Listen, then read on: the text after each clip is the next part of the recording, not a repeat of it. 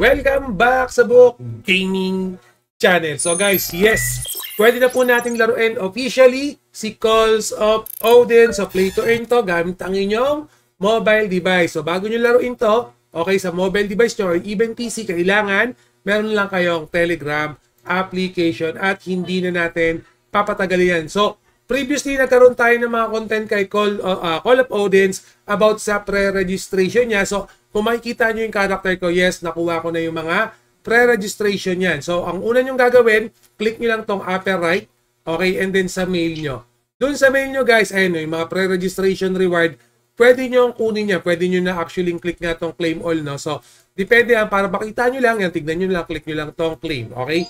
Or pwedeng i-claim all nyo na para makuha nyo lahat ng pre-registration reward nyo. So, pakita ko lang yung, ayan, nakuha ko tong barko, no? Ito yung sa mga nagpa-pre-registered. So, sa mga nag-follow nito simula pa lang, congratulations, meron na kayong advantage. Pero for example, hindi naman kayo nakapag-pre-registration, ngayon nyo palang lalaruin si Call of Odins. Don't worry, okay? Pwede nyong laruin to kahit wala yung mga extra item na yan kasi newbie-friendly po yung mismong game na yan. Book Gaming, play to earn yan, play to airdrop. Paano kami kikita niya? So, unang-una yan, syempre, ito yung kailangan natin kunin, yung COC na token. So, Book Gaming, paano kami magpa-farm ng COC token? So, dapat, ito yung unang-una dyan guys, dapat, palibelin nyo muna yung main character nyo. Click nyo lang itong attack button. So, mag-a-attack yan.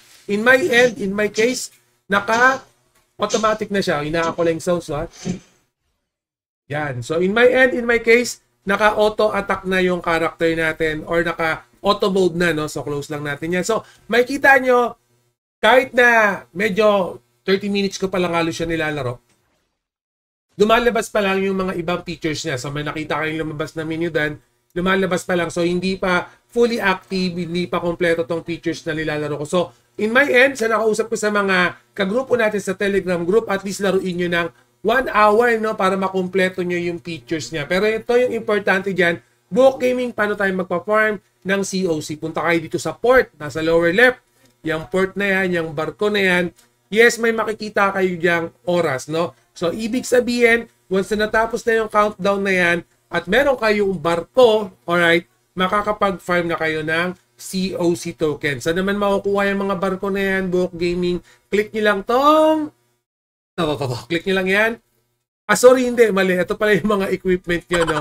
Pag magbo-voyage kayo. So, click nyo lang pala tong voyage pala. So, dito sa voyage, don't worry, kahit bago pa lang naman kayo, magkakaroon kayo ng barko nyo dito. So, click nyo lang tong parang maximum na yan and then click recycle. So, kailangan nyo lang nitong gem. Mura lang naman yan. Okay, huwag kayong mag-alala. By just simply playing, makakapag-farm kayo ng gem para sa barko nyo. Pero, yun nga, kung nakapag-pre-registered kayo, automatic, katulad ko, meron na kagad kayong somewhere around 5, 10,000, 15,000, 20,000 na gem na. No? So kung nakapag pre-registered, advantage na kagad sa inyo. Pero kung hindi, laruin nyo lang naturally yung game, magkakaroon naman kayo. So in my end, may attendant na rin ako na nakakasama ko dito sa pagpapalevel. No? So upgrade lang natin yan.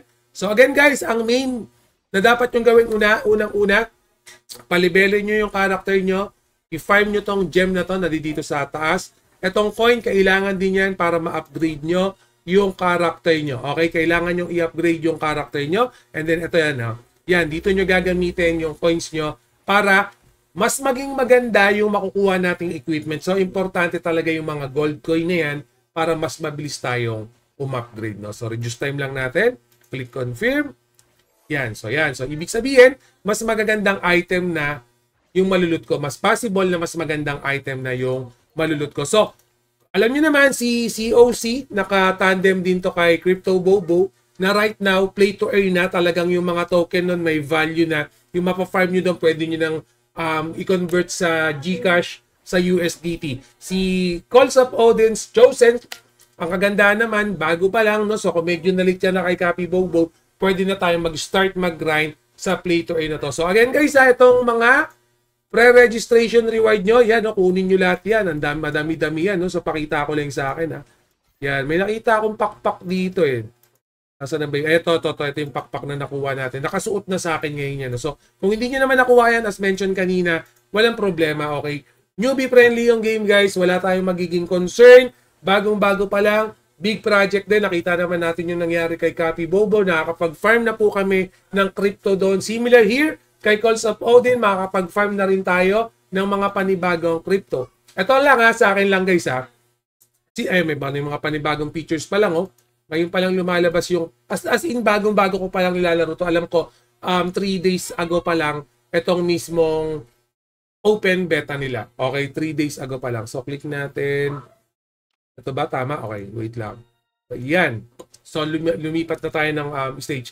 Nasa 3 days ago pa lang. So, beginner's tip Buhok Gaming. Pakita ko lang muna yung ating kabukaan. Yan. Beginner's tip para dito kay COC. So again, yung mga nagtiyaga din kay Copy Bobo, alam ko may maraming mas masipag pa sa akin yan na kumita na rin. At right now, as mentioned kanina, yung mga crypto noon may value na. Siyempre, pwede pa rin tayong mag-farm. Ongoing pa rin yan. So kung malakas na yung account nyo, walang problema, tuloy-tuloy na yung pag-farm yan. Pero yun nga lang, since talagang fully play to earn na si Copy Bobo, talagang tumaas din yung mga presyo ng mga equipment, ng mga item ng play to earn na yan.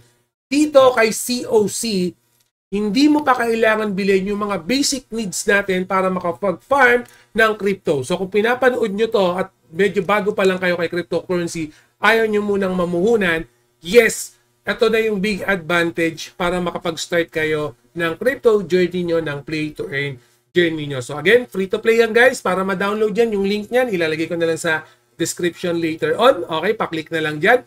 And then again, since play to airdrop pa rin to, in the end of the day, at least kailangan meron kayong several na mga play to airdrop games para at least no kahit isa, dalawa lang yung pumaldo ron, yes, paldo na rin kayo. Don't worry, magkakaroon tayo ng mga panibagong update dito kay COC. And always remember, Buhok Gaming loves you all. See you again in my next video. Salamat.